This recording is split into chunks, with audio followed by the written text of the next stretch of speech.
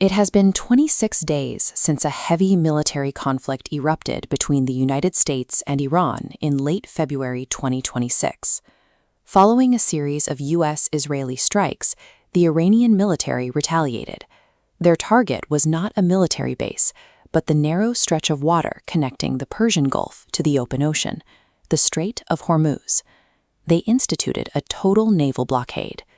This map shows the logistical damage. Tanker traffic plummeted 97%. Bar charts show 20 million barrels of stranded crude oil daily, 25% of global trade.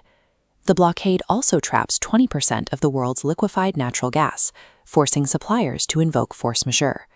By closing off a 21-mile stretch of water, the conflict has instantly weaponized the global energy market.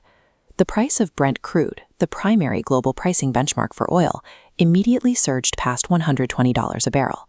While the fighting is concentrated in the Middle East, the nation most uniquely vulnerable to this specific energy blockade is India. The Indian economy relies on foreign markets for nearly 85% of its crude oil requirements.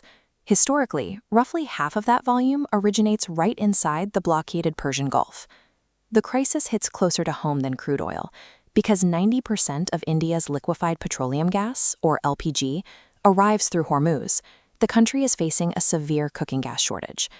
At the micro level, the scarcity of cooking gas is already forcing commercial sectors, including hotels and local restaurants, to shift back to biomass and firewood just to keep operating. For New Delhi, finding a way to de-escalate this war is a strict requirement for domestic survival.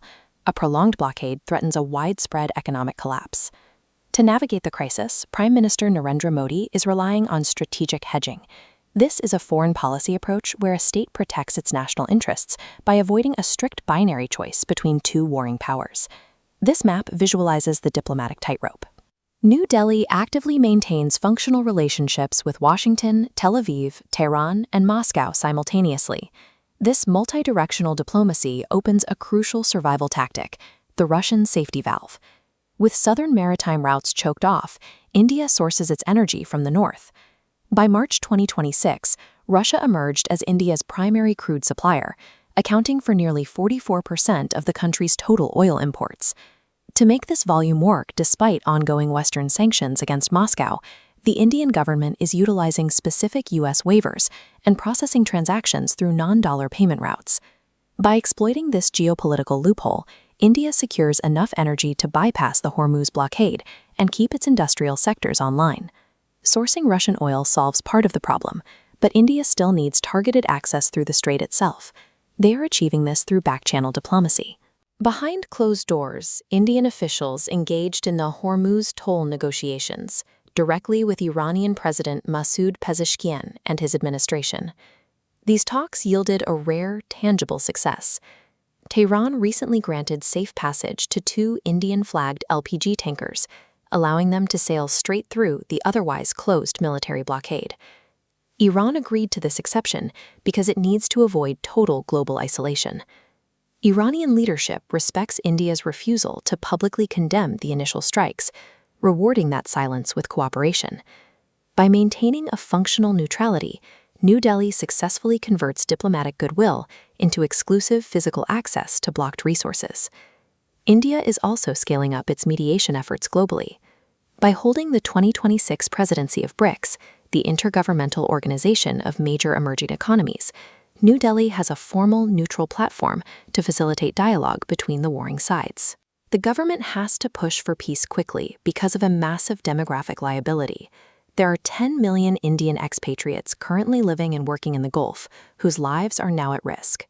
To prevent panic and domestic unrest, the Indian military is executing a massive physical evacuation. Over 375,000 Indian citizens have already been airlifted out of the immediate conflict zones. At home, the government faces severe friction. The political opposition is criticizing the Prime Minister's visit to Israel just days before the war began, arguing that the Israel pivot compromised India's neutrality. India is effectively fighting a two-front war, utilizing high-level diplomacy to secure peace abroad, while managing political and demographic pressures within its own borders. On March 24th, PM Modi engaged in direct diplomacy with U.S. President Donald Trump. The the conversation bypassed taking sides, focusing entirely on the global necessity of de-escalation and reopening the strait. Over the last month, India's role has shifted from a concerned bystander to a silent operator in the peace process.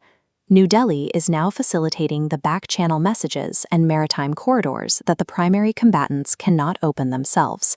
However, the Indian government will not measure its success by a public treaty. The true metric of victory is preventing a domestic inflationary spiral. If the disruption extends into April and global oil remains above $100 a barrel, retail petrol and diesel prices for the Indian consumer will surge by up to 25 rupees per liter. That sharp spike in energy costs would immediately cascade into logistics and food prices. This would likely force the Reserve Bank of India, the country's central bank, to hike interest rates, impacting the entire economy. The ultimate success of this strategy will be measured by whether India can keep its domestic prices stable and the Strait of Hormuz open, all without permanently damaging its relationships with the West or its civilizational ally, Iran.